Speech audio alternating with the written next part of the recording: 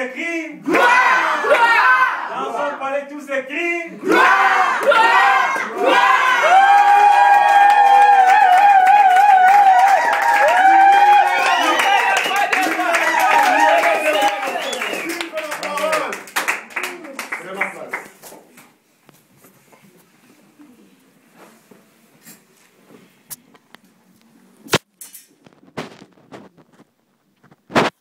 Dieu est bon. Amen. Nous allons partager sa parole. On peut tout bien danser, mais la parole est au-dessus de tout. Amen. Amen. Seigneur, je te remercie encore, Père éternel, pour tes enfants qui sont là ce matin. Seigneur, ils n'ont pas pu regarder le froid. Ils ont regardé à toi, Jésus de Nazareth. Parce que toi, tu es au-dessus du froid. Béni soit ton nom, Père éternel. Merci pour ce moment. Père éternel, et que toute pensée captive soit ramenée à l'obéissance de ta parole. Christ, que tu crois, c'est que moi je diminue. Père, que ta bouche parle au travers de ta bouche. Sans toi, je ne suis rien. Béni soit ton nom, Père. J'ai ainsi prié dans le nom de Jésus, de ton Fils unique. Amen. Amen. On voit l'entrée de Timothée, chapitre 3. Au verset 16. 2 Timothée chapitre 3 au verset 16. Là, t'es en train de me piquer mon col. 2 Timothée chapitre 3 au verset 16. La Bible dit: toute écriture est inspirée de Dieu, est utile pour enseigner, pour convaincre, pour corriger, pour instruire dans la justice, afin que l'homme de Dieu soit accompli et propre à toute bon honneur. Alléluia. Amen. Donc voilà pourquoi on enseigne la parole de Dieu. Sachons bien que la parole de Dieu, il y a des fois, il y a des paroles qui sortent, qui sont douces et tendres, et bon à entendre, tout cela. Mais des fois, la parole de Dieu vient aussi comme un marteau. Parce qu'il dit, je suis le véritable marteau qui brise même le roc. Alléluia. Amen. Dieu est un Dieu qui fait aussi la prévention, mais Dieu aussi est un Dieu qui passe à la répression.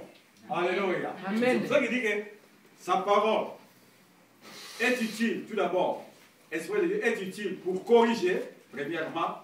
Deuxièmement, pour convaincre. Premièrement, pardon, c'était pour enseigner. Deuxièmement, pour convaincre. Troisièmement, pour corriger. Et pour instruire dans la justice, afin que l'homme de Dieu soit accompli et propre à toute bonne œuvre. Alléluia. Amen. Donc quand nous venons, nous ne savons pas quoi, qu'est-ce que Dieu peut nous parler. Alléluia. Amen. Par la grâce que Dieu m'a dit, moi je ne me tracasse pas, je vais dire quoi. Parce que je commence toute la semaine à me tracasser. Ah, mais je vais parler quoi? Ces gens-là vont venir vraiment. Comme ça, j'aurai mal à la tête. J'aurai des insomnies. Mais le Seigneur, toi tu sais ce que tu vas me donner. Même en dernier, toi tu sais comment parler à ton peuple. Alléluia. C'est Dieu là et Dieu. Et ça a parole.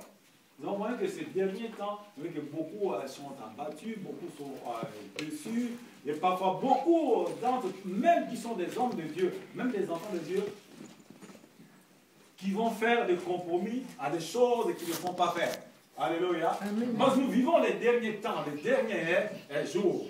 Mais aujourd'hui, pour toi, Dieu permettra que tu entends et que tu vois quelles sont les conséquences. Ceux qui ont commis cela, ce qui leur est arrivé. Quand Dieu parle d'une chose, quand Dieu met quelque chose dans sa parole, donc il nous montre ce qui s'est passé pour nous avertir que vous, dans cette génération, ne prenez pas cette attitude-là. Alléluia. Amen. Nous vivons dans ce monde, dans cette terre.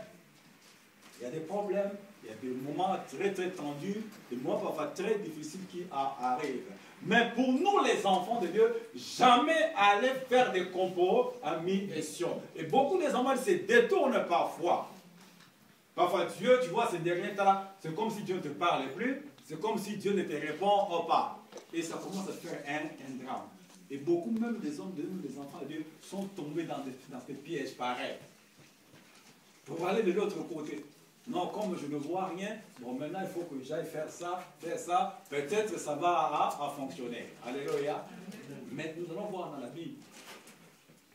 Peut-être tu as fait ça auparavant par ignorance. Alléluia. Mais comme tu as fait ça par ignorance, sache-le qu'il y a eu, comment dirais-je, une corde qui s'est tissée entre toi et cela. Bien que tu es venu dans le Seigneur. Alléluia. Amen. Lazare était mort. Il est revenu à la vie. Jésus a donné la vie à Lazare. Mais à un moment, Lazare, il a entendu les gens crier. Les gens criaient. Oh, Lazare est revenu à la vie. C'est la joie. Tout le monde ne s'attendait pas que Lazare puisse revenir à la vie. Mais quand Lazare est revenu à la vie, il est sorti comme ça. Donc, voilà avec les habits et puis les cordes partout. Et Lazare a commencé à suffoquer. Bien qu'il respirait, mais il avait mal parce que les Égyptiens appellent ça quoi? Les momies. Les momies sont mortes. Quand on ligote une personne morte, donc on serre vraiment les corps. Et Lazare était sorti comme ça. Mais il entendait les gens crier. Lazare, mais il ne pouvait pas voir. Il ne pouvait pas avancer. Pourquoi? Il était comme ça. Et Jésus, comment appeler Lazare à la vie? Il était là assis. Et Jésus a regardé comme ça. Il dit, vous, déliez-le et laissez-le partir. Ce n'est plus Jésus qui est venu faire le travail là. Non.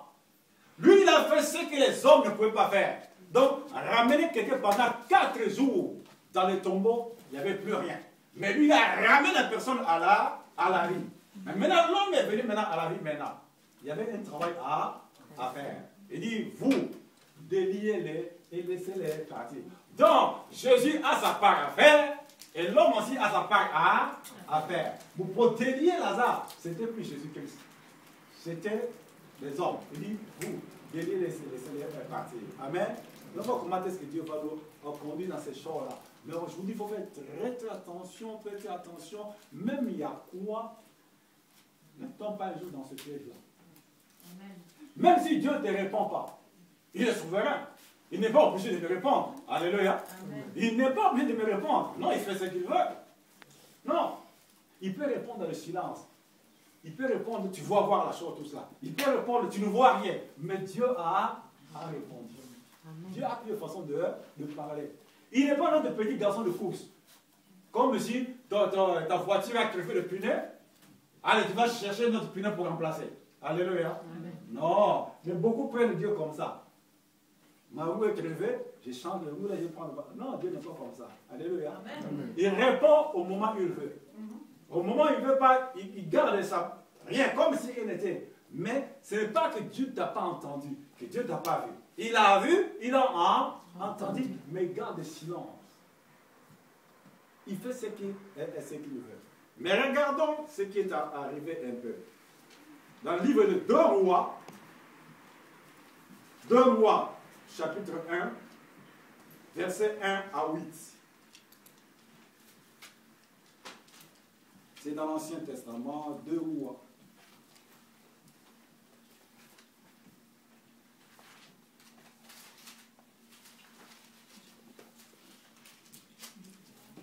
Deux Rois, chapitre 1.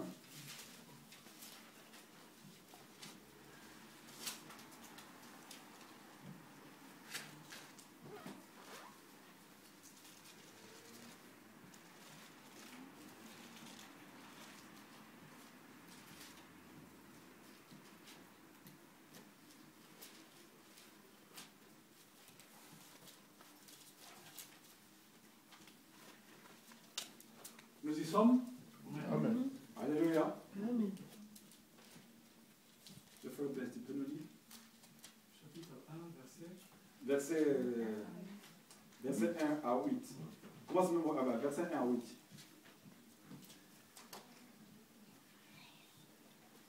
Moab se revolta contre Israël après la mort d'Achan.